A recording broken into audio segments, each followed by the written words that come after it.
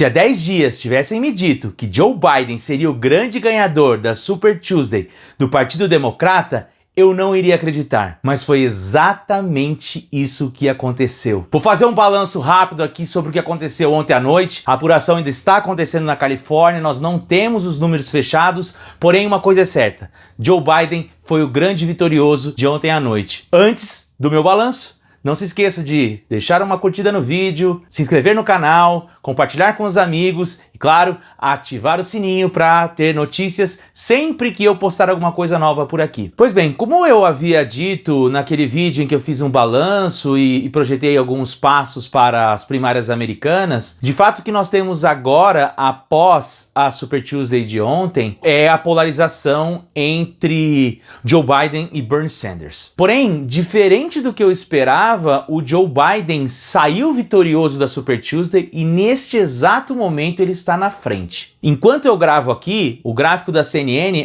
apresenta que o Joe Biden tem 435 delegados contra 391 delegados do Bernie Sanders. Mas por que era impossível pensar isso há 10 dias atrás? Porque simplesmente a campanha do Biden começou completamente perdida. Ele foi super mal em Iowa, que é o estado que dá abertura à corrida e que geralmente marca quem vão ser os grandes competidores até o final das primárias. Ele simplesmente não fez nenhum delegado em New Hampshire e em Nevada só foi relativamente bem, ficou em segundo lugar diante do quadro em que ele estava, mas se esperava mais dele antes das eleições começarem. De qualquer maneira, a vitória na Carolina do Sul no dia 29 de fevereiro deu um ânimo para a campanha dele e possibilitou que a sua candidatura voltasse a ser vista como uma candidatura viável. Então, agora, nesse exato momento, voltou tudo a ser como era 2 meses atrás. Ou seja, as previsões de 2 meses atrás sobre como seriam as primárias americanas estavam mais certas do que aquelas que a gente poderia fazer 10 dias atrás. E qual é esse cenário? O cenário é o candidato Joe Biden, representando agora sim o polo moderado contra Bernie Sanders, que é uma espécie de outsider dentro do Partido Democrata. E a pergunta então que a gente tem que fazer é: como isso foi possível? E aí a gente tem que analisar alguns elementos. Essa vitória do Biden pode ser explicada de algumas maneiras. A primeira coisa é que, de fato, houve uma consolidação dos votos entre os eleitores que ele tinha como a sua base eleitoral, principalmente entre os afro-americanos. E é por isso que ele conseguiu uma vitória esmagadora nos estados em que nós chamamos de cinturão negro americano, que é formado por estados onde existe uma densidade populacional de afro-americanos muito grande. Para vocês terem uma ideia, em alguns estados ele sequer tinha um escritório eleitoral, sequer visitou o estado e saiu de lá vitorioso com 60% dos votos. Isso demonstra que o eleitor afro-americano está de fato fechado com a campanha do Joe Biden, e isso se deve muito por conta do apoio ainda informal do Barack Obama. Outro número que surpreendeu na votação que o Joe Biden teve foi o crescimento dele entre brancos da classe trabalhadora. Em 2 estados ele teve mais votos do que o Bernie Sanders. Outra surpresa também foi o voto entre pessoas que têm diploma. E isso aconteceu em 2 estados, Massachusetts e Minnesota. E em Massachusetts havia ainda o fato de que a senadora do estado, a Elizabeth Warren, concorreu e, no entanto, ela ficou em 3º lugar. Agora, se tem um elemento que explica a vitória dele, foram os votos de última hora. Ou seja, eleitores que definiram seu voto ainda ontem antes de ir votar. Para vocês terem uma ideia, ele teve 49% dos seus eleitores que decidiram o voto no dia. Mas assim, por que essas pessoas mudaram de ideia e resolveram votar no Biden? E aí a gente encontra 2 explicações. E a primeira delas, que eu acho a mais importante, é a desistência dos outros candidatos, como a Amy Klobuchar e o Pete Buttigieg. Ou seja, esses dois candidatos faziam parte do que nós chamamos de polo moderado. Então era mais ou menos natural que os votos deles migrassem para o Biden.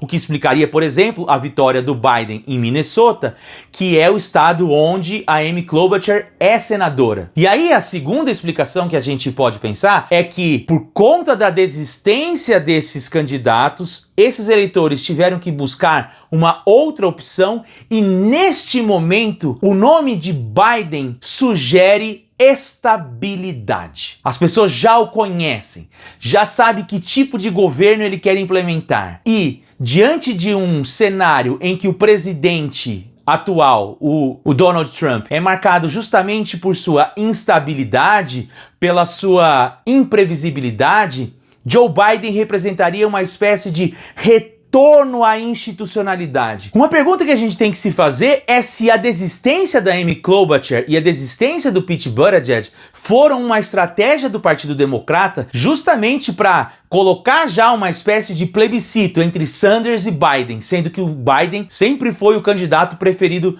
do partido. Porém, a pergunta que fica ainda é: por que Elizabeth Warren não desistiu? E aí vem uma questão sobre o tamanho da influência do partido nas decisões desses candidatos. Porque, de certa maneira, a Elizabeth Warren é do polo radical, o mesmo polo do Sanders. Ela tem propostas semelhantes com a do Sanders, como, por exemplo, o Medicare for All. Porém, ela não desistiu. E ao fazer isso, ela não deixou que os votos dela migrassem para o Sanders, fazendo com que ele tivesse uma vitória maior. Essa é uma leitura que os adeptos da teoria de que primárias é uma grande mentira e no final das contas quem decide é o partido tem propagado pelas redes. A teoria do partido decide é uma teoria quase que da conspiração, que fala que, na verdade, tudo é um jogo de cartas marcadas, onde o partido manipula quase que como marionetes os candidatos, escolhendo aqueles que serão os seus preferidos, e no final das contas, o voto popular das pessoas que vão para as urnas escolher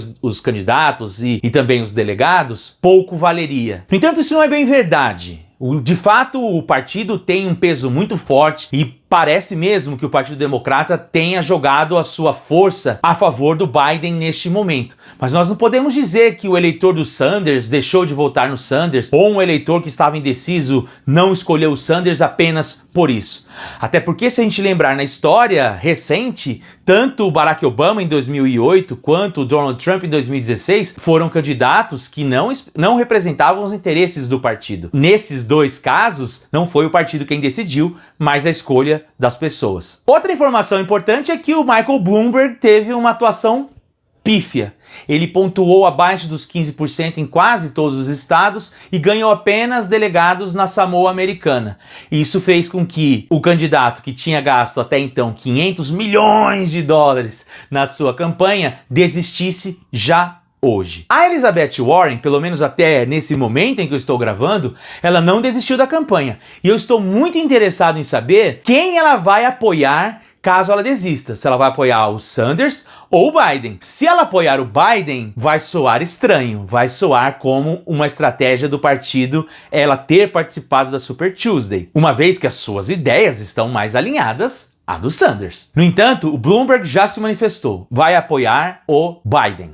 Faz sentido, os dois são do polo moderado. Agora, não há dúvidas que o Biden foi o grande vitorioso de ontem à noite. Porém, isso não quer dizer que acabou para o Sanders. Ao contrário, ele teve uma vitória na Califórnia, nós estamos ainda em processo de apuração na Califórnia, mas ele vai vencer a Califórnia com algo em torno de 10, 15% de diferença, o que vai dar a ele uma grande margem de delegados. É claro que ganhar 10 estados contra 4 tem um significado simbólico e dá um ânimo para a campanha do Biden que faz toda a diferença. Mas em termos de delegados, ainda eles estão bastante apertados. Existem ainda muitos delegados a serem disputados e só recebe a nominação do partido quem chega com mais de 1.900 delegados. Nesse exato momento, ninguém tem mais de 500 delegados. Então tem muita coisa para acontecer e, em termos de delegados, a boa atuação do Sanders no Texas, bem como a sua vitória na Califórnia,